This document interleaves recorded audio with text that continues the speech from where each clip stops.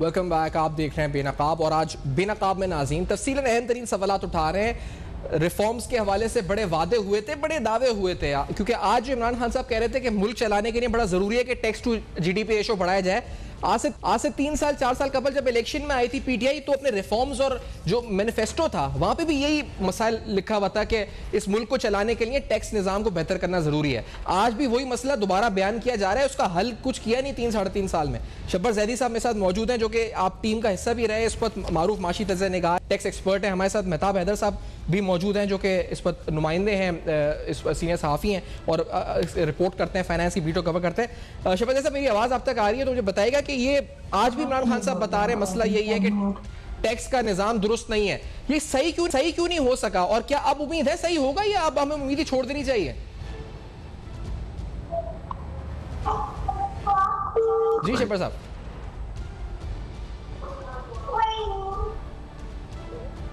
شبر زیدی صاحب کو میری شاید آواز غالباً نہیں جا رہی ہے. مہتاب حیدر صاحب آپ سے پوچھنا چاہوں گا, آج پھر دوبارہ ریفارمز کی بات ہوئی, ٹیکسز پہ پہلے مجھے بتائیے گا آئی ایم ایف کے ساتھ کتنے ہمارا جو معاہدہ ہوا ہے کتنا مہنگائی پہ فرق کرنے لگا. مہتاب حیدر صاحب آپ کو کیا لگتا ہے ماسس پہ کیا امپیکٹ پڑ رہا ہے؟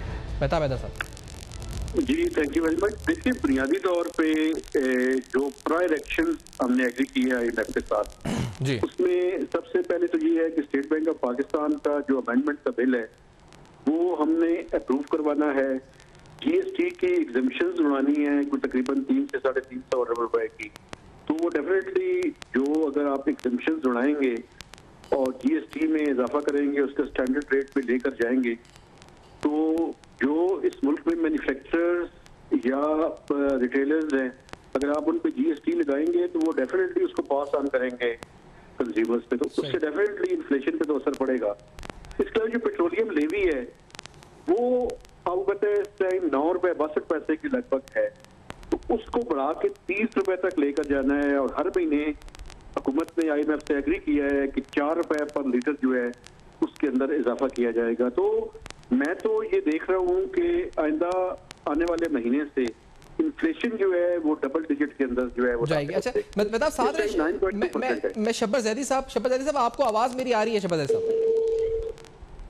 صاحب آپ تک آواز آ رہی ہے میری؟ جی شبر صاحب آپ کو آواز آ رہی ہے؟ نہیں جی آواز کا مسئلہ ہے, اس پتہ ہے شبر زیدی صاحب کے ساتھ جو جس وجہ سے ہم بات نہیں کر پا رہے, تو یہ اس وقت مسئلہ ہے. مہتاب حیدر صاحب تو پھر پتہ ہے کیونکہ یہ جو اب یہ ہو گیا لیکن اس وقت مبارکبادیں وصول کی جا رہی ہیں کہ ہم نے پروگرام اس وقت اچیو کر لیا, ہمارا معاہدہ اس وقت ادھر تک پہنچ گیا ہے. ماسس کی کسی کو فکر, آپ نے کسی سے پوچھا, وزیر کو کسی کو فکر ہوگا جی اس کا امپیکٹ کیا پڑنے لگا ہے؟ اس پر تو کوئی بات ہی نہیں کر رہا, صرف خوشام اس وقت مبارکبادیں اور اس وقت ایک دوسرے کو کہا جا رہا ہے کہ بڑا اچھا ہو گیا, معاہدہ ہو گیا. مہتاب حیدر صاحب.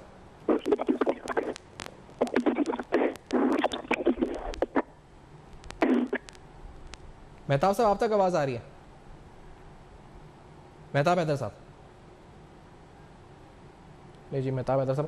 میں ایک بار آپ کو ناظرین سناتے ہیں کہ اس وقت جو شوکت ترین صاحب نے کل کہا تھا کہ جو لیوی بڑھے گی, جو امپیکٹ آئے گا اس کا وہ کس طریقے سے آنا ہے, اس پر بات ہو رہی ہے. لیکن پہلے سنتے ہیں کہ اعلان جو ہوا تھا, لیٹس سی دس.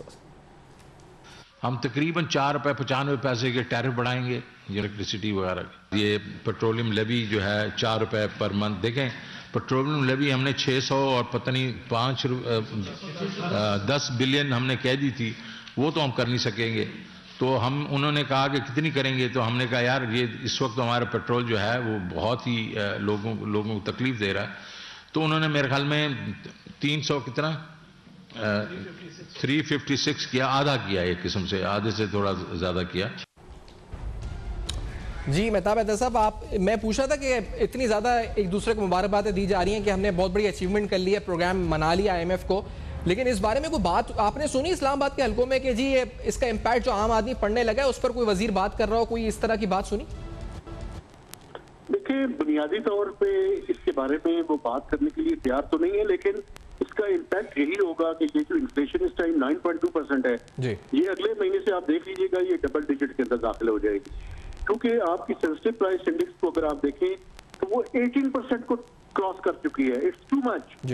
اور یہ سی پی آئی پہ ڈیفینیٹلی جو ہے وہ ٹرانسلیٹ ہوگی, اور سی پی آئی کا فگر ڈبل ڈیجٹ کے اندر داخل ہو جائے گا. کیونکہ آپ نے اگلے مہینے سے, میں ابھی سے آپ کو بتا رہا ہوں کہ آپ نے پیٹرولیم لیوی بڑھانی ہے. حالانکہ انٹرنیشنل مارکیٹ میں پرائسز تھوڑی سی کم ہوئی ہیں, لیکن جب آپ پیٹرولیم لیوی میں 4 روپے پر لیٹر اضافہ کریں گے تو وہ ڈیفینیٹلی اس کے اثرات جو ہے وہ عام آدمی کے اوپر آئیں گے. اور اس کے علاوہ جب جی ایس ٹی کی ایگزمپشنز اڑائیں گے تو ڈیفینیٹلی ایگزمپشنز کو اڑانا ٹھیک ہے, ڈسٹورشن ہے, ایک دفعہ مارکیٹ کو جو ہے وہ آپ نے ٹھیک کرنا ہے, تو اس کے اثرات بھی شارٹ ٹرم میں جو ہے وہ مارکیٹ کے اوپر آئیں گے اور کنزیومر کی جو برڈن ہے اس کے اوپر اضافہ ہوگا. آپ ٹیکس کی بات کر رہے تھے, میں آپ کو بتاؤں بنیادی طور پہ مسئلہ یہ ہے کہ جہاں سے ہم نے آئی ایم ایف کا پروگرام شروع کیا تھا 2019 میں, ہم بیک ٹو اسکوائر ون وہیں پہ دوبارہ چلے گئے ہیں. اور اس دفعہ جو سب سے بڑی مشکل ہے حکومت کے لیے وہ یہ ہے کہ پہلے یہ ہوتا تھا کہ وہ سبمیشن آف بل جو ہے وہ پرائر ایکشن ہوتا تھا, اس دفعہ اپروول ہے. اور ایک ایسے وقت میں جب آپ نے دیکھا کہ ابھی جوائنٹ سیشن میں بڑی تھن میجورٹی کے ساتھ جو ہے وہ حکومت نے وہ بلز پاس کروائے ہیں, تو اب فائنانس بل جو ہے جی ایس ٹی کی ایگزمپشن لانے کے لیے وہ بھی اپروو کروانا پڑے گا. اور کیونکہ فائنانس بل کے لیے قومی اسمبلی کو صرف اپروول چاہیے ہوتی ہے, سینٹ کی صرف ریکمنڈیشن ہوتی ہیں, لیکن جو اسٹیٹ بینک آف پاکستان کا بل ہے وہ دونوں اسے سے پاس کروانا پڑے گا. تو یہ حکومت کے لیے جو ہے وہ مشکل فیز کا جو ہے وہ آغاز ہو چکا ہے. اور اگر جنوری کے فرسٹ یا سیکنڈ ویک تک یہ ساری چیزوں پہ عمل درآمد نہ ہوا تو آئی ایم ایف کا ایگزیکٹو بورڈ جو ہے وہ اس کو جو اگلی ٹرانچ ہے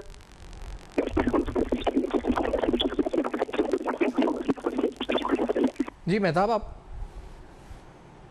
صاحب آپ کو آواز آ رہی ہے؟ مہتاب حیدر صاحب نہیں جی, مہتاب حیدر صاحب کی آواز میں پرابلم ہے. شہباز زیدی صاحب کو بھی ہم دوبارہ رابطہ کرتے ہیں. ناظرین بریک کے بعد واپس آتے ہیں. اہم ترین موضوع پہ گفتگو ہے کہ آخر حکومت نے کیا کیا اور کیا اس نے کچھ نہیں کیا, اس کا خمیازہ ہم بھگت رہے ہیں. اس بریک کے بعد ہمارے ساتھ رہیے.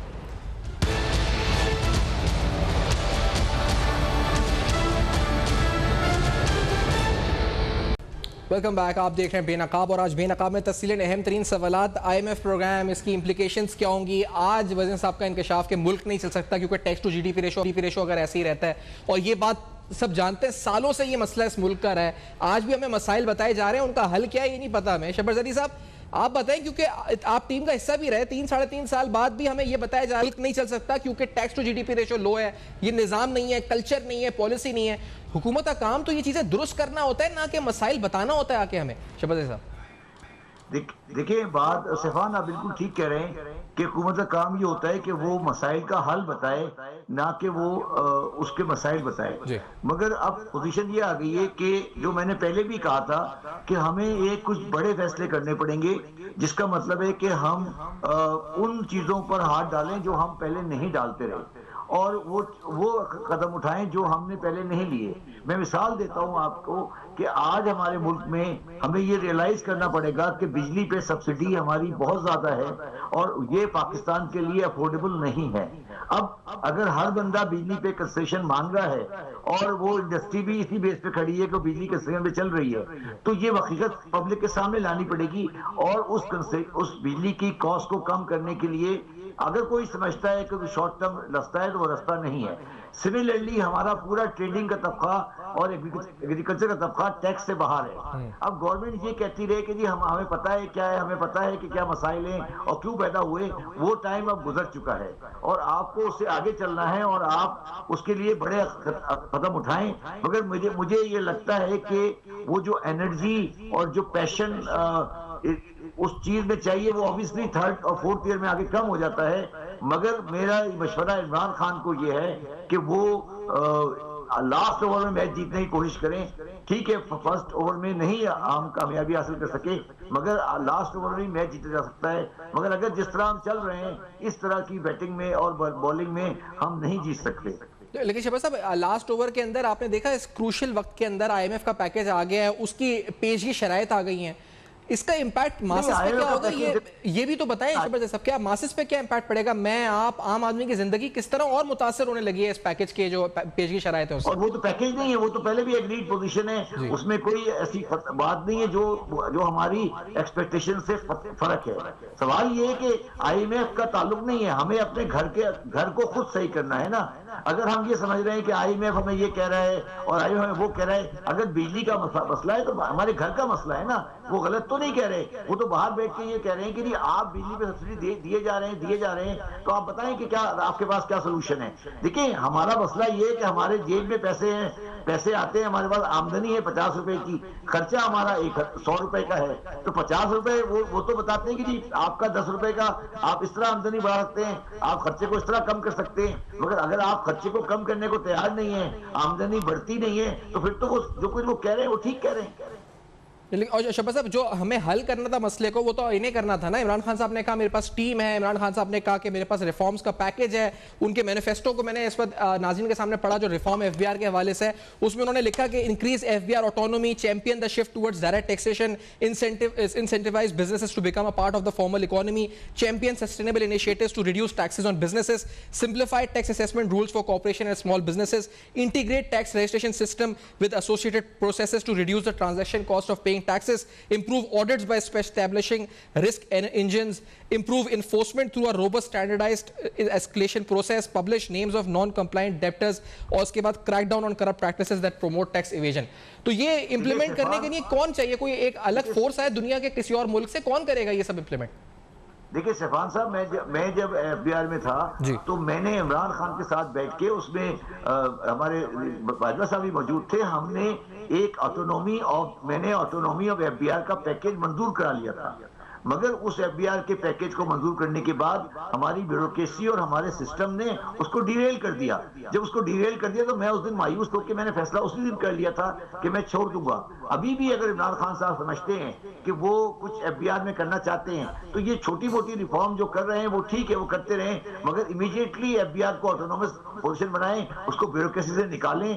اور دیکھیں میرا تھوڑا بہت جو ڈس ایگریمنٹ تھا, وہ جو ری آرگنائزیشن کی کام کر رہی تھی ٹیم, اس سے میرا یہی ڈس ایگریمنٹ تھا کہ آپ جو ایف بی آر کے لیے فیصلہ کر رہے ہیں کہ میں تھوڑی سی تنخواہ بڑھا دوں گا, کم کر دوں گا, پے اینڈ پینشن کمیشن کر رہے ہیں, یہ باتیں بہت پرانی ہو چکی ہیں. اب اگر آپ کرنا چاہتے ہیں تو آٹونومی دیں ایف بی آر کو, جس طرح آپ نے اسٹیٹ بینک کو دی ہوئی ہے. اگر آپ کہتے ہیں کہ میں 19 گریڈ کے افسروں کے ساتھ ڈیل کرتا ہوں اور اس کے بعد میں ایف بی آر کو اپروو کر دوں, وہ ناممکن ہے. تو یہ بنیادی وجہ تھی, ون آف دا ریزن تھی, اس کی وجہ سے میں مایوس ہوا تھا. اور آج بھی میں یہ کہتا ہوں کہ عمران خان کو چاہیے آٹونومی امیڈیٹلی کل اناؤنس کریں کہ ایف بی آر آٹونومس ہے, اس کا پرائیویٹ سیکٹر بورڈ بنائیں, اس کو سیٹل کریں اور پھر آگے چلیں. اگر ہم اسی طرح آتھو سسٹم پہ چلتے رہے تو یہ نہیں ہوگا, میں آپ کو بالکل یقین سے کہہ سکتا ہوں. اور ایک بات سیفان یہ یاد رکھیں, ایف بی آر خراب نہیں ہے, ایف بی آر کو خراب کرنے والے باہر بیٹھے ہیں. یہ سسٹم کا خراب ہے. System means businessman, corrupt businessman, ہر بزنس مین کی بات نہیں کر رہا, کرپٹ بزنس مین,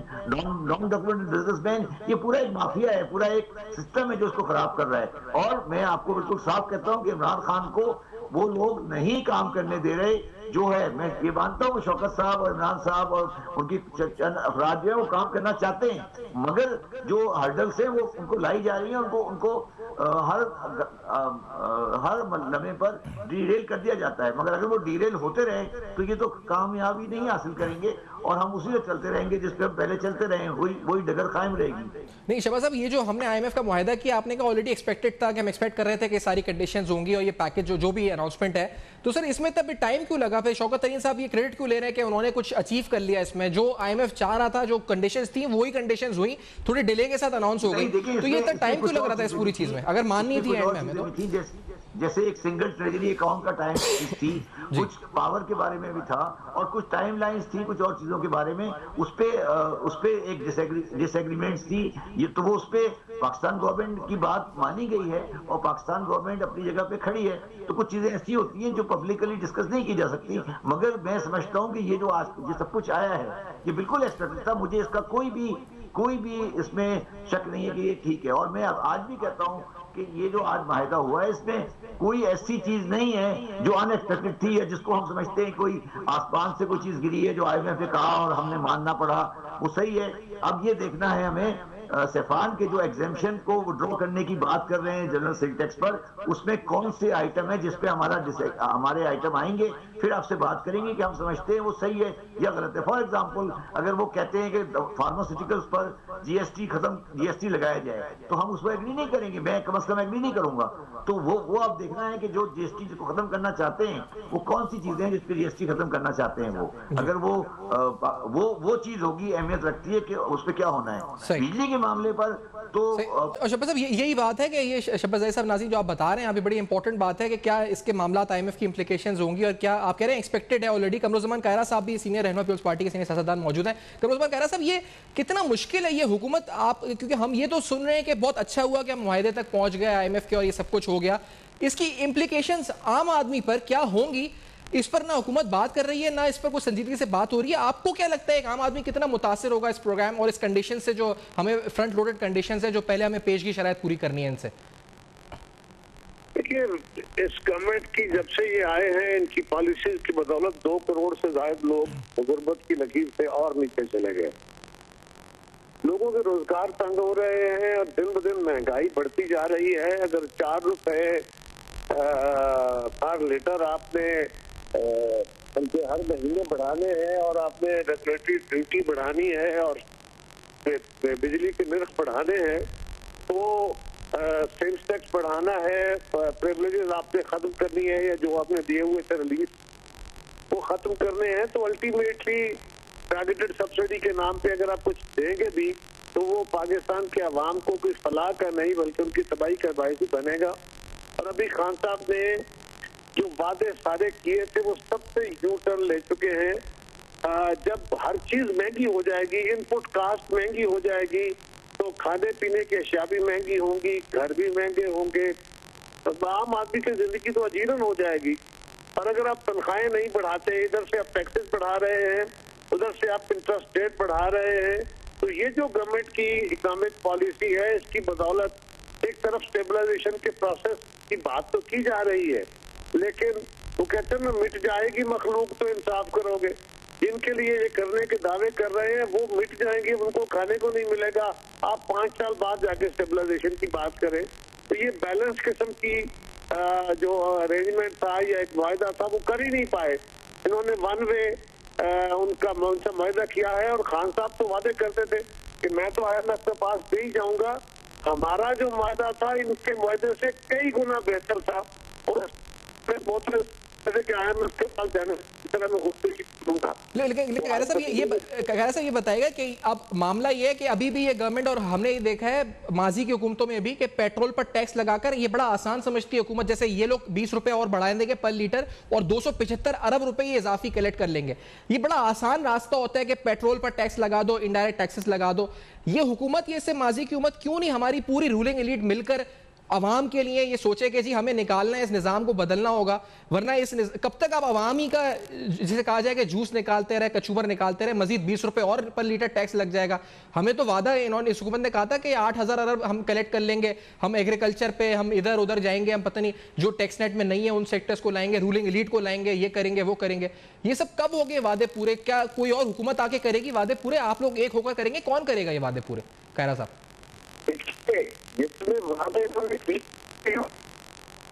ایک وعدہ پورا نہیں کرتے اب سماج میں رہتے لوگوں کو سہولت کیسا دے گا. عرض یہ ہے کہ اس نظام کے اندر وہ آسان ترین ہوتا ہے.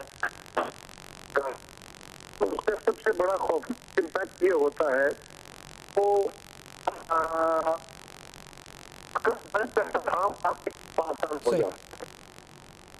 اچھا، کیونکہ قائرہ صاحب کی آواز میں بھی ڈسٹورشن آ رہی ہے، اگر ہم ریکنیکٹ کر سکتے ہیں لیکن وقت کی قلت ہے. میں شہباز زیدی صاحب کا، قمرالزمان قائرہ صاحب کا شکریہ ادا کروں گا. عوام تنگ ہے، نئے ٹیکسز کا بوجھ ہے، نئے ٹیکسز آئیں گے. جو پروگرام آئی ایم ایف کے ساتھ طے ہوا ہے وہ بالکل ایکسپیکٹیشن کے مطابق تھا لیکن اس کا عوام پر اثرات ہوں گے اور گورنمنٹ کی ٹارگیٹ سبسڈیز کام کریں گی نہیں کریں گی، یہ بڑا امپورٹنٹ سوال تھا جو پروگرام میں اٹھایا. For feedback you can write us on Facebook, emails and Twitter. دیکھتے رہے گا. اب تک اپنا بہت خیال رکھیے گا.